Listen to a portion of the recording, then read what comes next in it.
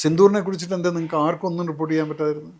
ഈ 14 ദിവസം 22-ാം തീയതി ഏപ്രിൽ, ഞാനിപ്പോൾ അതിൻ്റെ പഠനം ചെയ്യുന്ന സമയത്ത് ഇതിൻ്റെ ഫുൾ സ്റ്റഡി ചെയ്തപ്പം 22-ാം തീയതി ഏപ്രിൽ ഉച്ചയ്ക്കാണിത് ഫയറിങ് നടക്കുന്നു, ഈ കൊലപാതകം നടക്കുന്നു. ഇത് കഴിഞ്ഞിട്ട് ആദ്യത്തെ സ്ട്രൈക്ക് നടക്കുന്നത് മെയ് മാസം 7-ാം തീയതി രാത്രി 1 മണിക്കും 1:05 ഇടയ്ക്കാണ് ഈ അറ്റാക്ക് നടന്നിരിക്കുന്നത്. അപ്പം പലപ്പോഴും പോലും ഇവിടെ എന്താണ് പറഞ്ഞുകൊണ്ട് നടന്നിരുന്നത്? നിങ്ങളുടെ ഈ ഒപ്പോസിഷൻ പാർട്ടീസും പലരും മോദി ഡർ ഗയ, മോദി ക്യാ കർ രഹാ, മോദി ഓ കർ ലിയ, ഏ കർ ലിയ എല്ലാം ചോദിച്ചുകൊണ്ടിരുന്നു. പക്ഷേ ഒരു രാജ്യം കൃത്യമായിട്ടൊരു യുദ്ധത്തിന് പോകുന്ന സമയത്ത് അതിൻ്റെ ഒരു പ്രിപ്പറേഷൻ ലെവലുണ്ട്.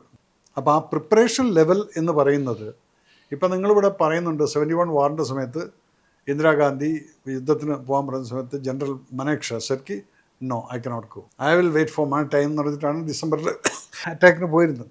ഇവരിപ്പോഴും ഇവിടെ ബൂസ്റ്റ് ചെയ്യുന്നുണ്ട്. മിസസ് ഗാന്ധി പറഞ്ഞു ചീഫിൻ്റെ അടുത്ത് ഞാൻ പറയുന്നത് ചെയ്താൽ മതി. നോ, അവിടെ she agreed. Why? Because general Manekshaw said എനിക്ക് അഡ്വാൻറ്റേജ് കിട്ടുന്നത് ഡിസംബറിലാണ് എൻ്റെ പട്ടാളം പോയി കഴിഞ്ഞാൽ.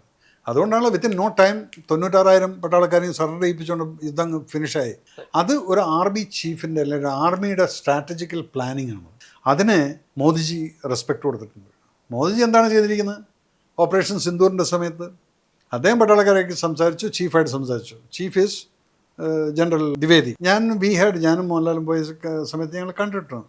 അപ്പം അന്ന് ഈ ഇരിക്കുന്ന വ്യക്തി എൻ്റെ ബാച്ച്മേറ്റാണ്. ഞങ്ങൾ ഒരുമിച്ച് ട്രെയിൻ ചെയ്തിട്ടുള്ളതാണ്. അദ്ദേഹം ആദ്യം പാസ് ഔട്ടായി പോയി, ഞാനൊരു 6 മാസം ഡെലിഗേറ്റ് ആയിട്ട് അതിൻ്റെ പിറകിലാണ് പാസ് ഔട്ടായത്. പക്ഷെ ഒരിക്കലും യുദ്ധത്തിൻ്റെ സമയത്ത് നമ്മൾ ഇവരെയൊന്നും വിളിച്ചിട്ട് ഒരു കാര്യം ചോദിക്കരുത്. ഇവിടെ ഒരു ചാനലുകാരൻ പറഞ്ഞിരുന്നില്ല, എൻ്റെ സുഹൃത്ത് എയർ മാർഷൽ പറഞ്ഞു എന്നൊക്കെ പറഞ്ഞിട്ടില്ല. ഇവനെപ്പോൾ ഈ ഫ്രോഡുകൾ എന്ത് ചെയ്യണം എന്ന് പറഞ്ഞാൽ, ഇവരെ അന്ന് ചാനൽ പൂട്ടിച്ചു. പിന്നീട് അതിൻ്റെ പിറകിൽ പോകാൻ നമുക്ക് ആർക്കും സാധിച്ചിട്ടില്ല. കാരണം വെച്ചാൽ ഓക്കെ അതും വേസ്റ്റായിട്ട് വിട്ടു. അപ്പോൾ ഇതുപോലുള്ള ആളുകൾ ഇവിടെ ഇരിക്കുമ്പോൾ നിങ്ങൾക്ക് എന്തിനാണ് പാകിസ്ഥാൻ്റെ ശത്രു? ഇവിടെ ഉണ്ടല്ലോ നമ്മുടെ അടുത്ത്. ഇവരെ വെച്ചിട്ടാണ് കളിക്കുന്നത്. സോറോസ് അടക്കം കളിക്കുന്ന ആരെ വെച്ചിട്ടാണ്?